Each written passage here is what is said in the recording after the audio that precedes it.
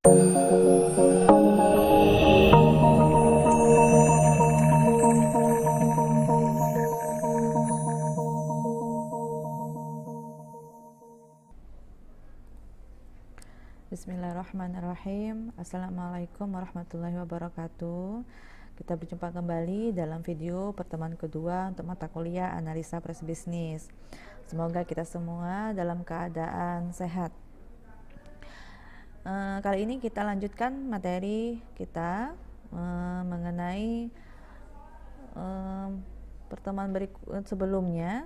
Kita sudah membahas mengenai aspek-aspek bisnis, yaitu yang pertama ada kegiatan individu dan kelompok, yang kedua penciptaan nilai, yang ketiga penciptaan barang dan jasa, dan yang keempat keuntungan melalui transaksi. Selanjutnya fungsi bisnis. Fungsi bisnis ditinjau dari kepentingan mikroekonomi dan makroekonomi. Makroekonomi atau mikroekonomi atau mikrobisnis sebagai kemampuan aktivitas bisnis yang memberikan kontribusinya pada pihak yang berperan secara langsung terhadap proses penciptaan nilai. Yang pertama itu ada pekerja atau karyawan, yang kedua ada dewan komisaris, dan yang ketiga ada pemegang saham. Pekerja atau karyawan merupakan salah satu sumber daya dan sekaligus input yang berharga yang dimiliki perusahaan. Pekerja menginginkan gaji yang layak dari hasil kerjanya, sementara manajer menginginkan kinerja yang tinggi yang ditunjukkan besarnya omset, penjualan, dan laba. Di sini disebutkan pekerja itu merupakan input yang berharga yang dimiliki perusahaan. Tentu ya, karena di Indonesia kita banyak perusahaan yang masih menggunakan sumber daya manusia sebagai pekerja atau karyawan.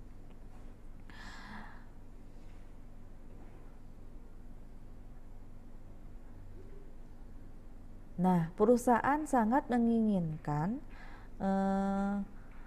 karyawan atau pekerjanya memiliki kinerja yang tinggi yang ditunjukkan dengan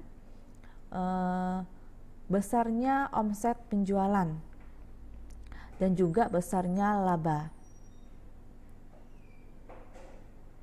Yang kedua, dewan komisaris. Bagi perusahaan besar seperti PT atau perseroan terbatas, terdiri dari beberapa bahkan ribuan orang yang terlibat di dalamnya yang biasa disebut dengan pemegang saham. Dewan komisaris diperlukan untuk mewakili para pemegang saham memantau kegiatan dan mengawasi manajemen, memastikan kegiatan akan berjalan mencapai tujuan. Yang ketiga, ada pemegang saham. Nah, pemegang saham ini memiliki kepentingan dan tanggung jawab tertentu terhadap perusahaan. Biasanya dalam perusahaan itu memiliki beberapa pemegang saham. Ada yang 30%, ada yang memiliki saham 70% terhadap perusahaan tersebut, atau juga dimiliki oleh satu orang pemegang saham. Artinya orang tersebut memiliki 100% saham di perusahaan tersebut. Yang kedua, ada makrobisnis.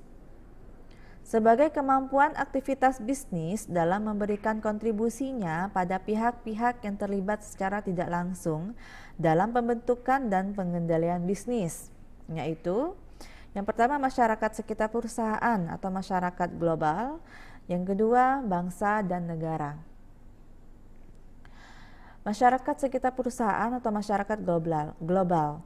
Diharapkan keberadaan perusahaan memberikan kontribusi kepada masyarakat sekitarnya sebagai bentuk tanggung jawab sosial perusahaan. Kontribusinya macam-macam. Ada yang bisa jadi masyarakat sekitar dijadikan karyawan di perusahaan tersebut, atau memberikan sumbangsih dalam beberapa acara atau beberapa kegiatan agama kepada masyarakat sekitar. Yang kedua, bangsa dan negara. Tanggung jawab terhadap bangsa dan negara diwujudkan dalam memenuhi kewajibannya dalam membayar pajak. Nah, Pajak ini banyak macamnya. Ada pajak penghasilan, pajak bangunan, pajak bumi dan bangunan ya, pajak kendaraan bermotor dan lain sebagainya. Nah, setiap warga negara itu wajib taat pajak.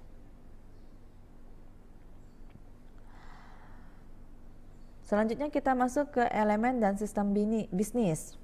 Elemen dan sistem bisnis, yang pertama ada modal, kedua ada bahan baku atau material, yang ketiga sumber daya manusia atau human resource, yang keempat keterampilan manajemen atau manajemen skill. Yang pertama modal. Modal atau kapital dapat berbentuk material dan non-material. Modal dapat diinterpretasikan sebagai sejumlah uang yang digunakan untuk menjalankan kegiatan bisnis seperti memperoleh bahan baku, upah tenaga kerja, dan sebagainya. Yang terpenting adalah bagaimana mengelola modal secara optimal sehingga bisnis dapat dijalankan dengan sukses atau berhasil. Nah, ini kata kuncinya.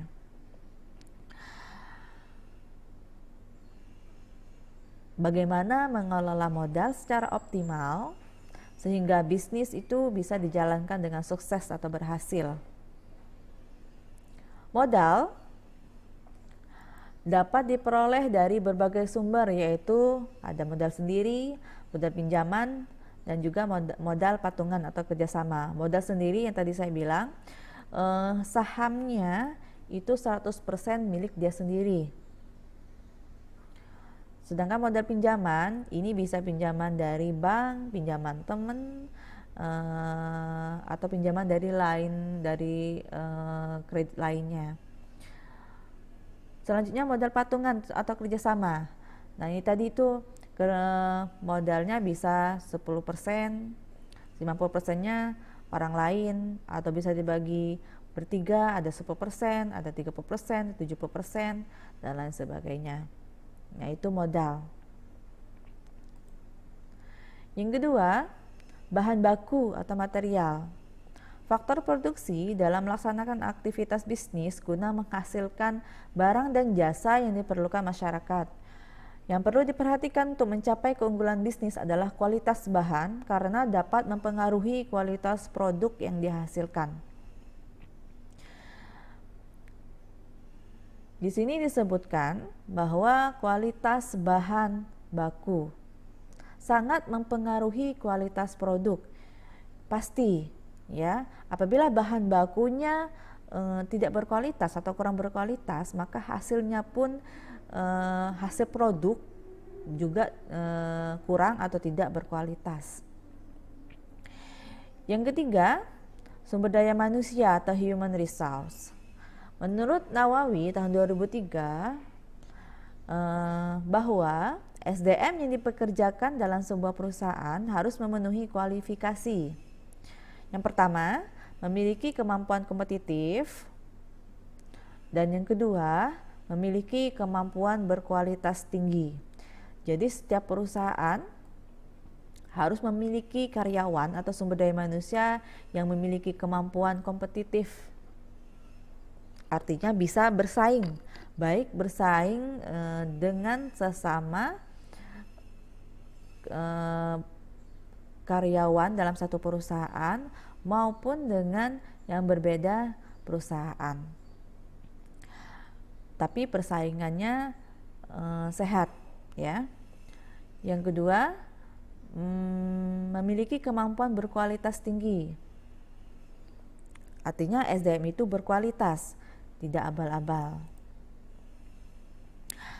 Yang keempat, keterampilan manajemen skill. Keterampilan yang paling penting adalah keterampilan memungkinkan manajer dapat membantu orang lain, dalam hal ini karyawan, sehingga menjadi lebih produktif di tempat kerja. Robert Alcatz menggolongkan keterampilan dasar manajemen tersebut menjadi 3 kategori. Yang pertama ada keterampilan konsep atau conceptual skills. Yang kedua keterampilan manusiawi atau human skills. Dan yang ketiga keterampilan teknis atau technical skills. Ketiga, keterampilan tersebut penting bagi setiap manajer. Namun tingkat kepentingan masing-masing keterampilan tersebut berbeda-beda sesuai dengan tingkat tanggung jawab manajerialnya.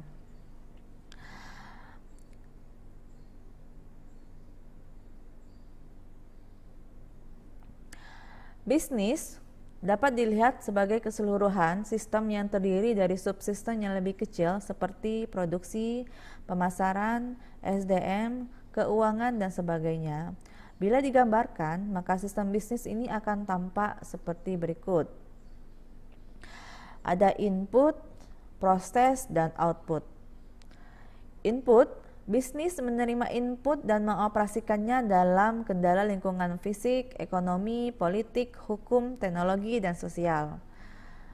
Nah, input itu diproses dengan cara yang paling efisien, dengan mengorganisasikan sumber daya, memotivasi sumber daya manusia, dan mengaplikasikan teknologi yang tepat.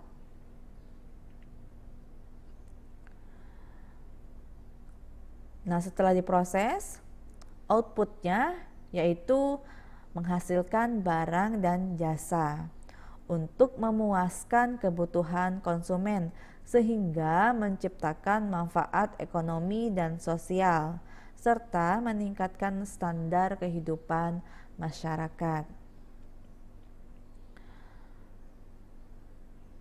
Oke, demikianlah video pertemuan kedua mata kuliah analisa proses bisnis. Saya akhiri. Wassalamualaikum warahmatullahi wabarakatuh.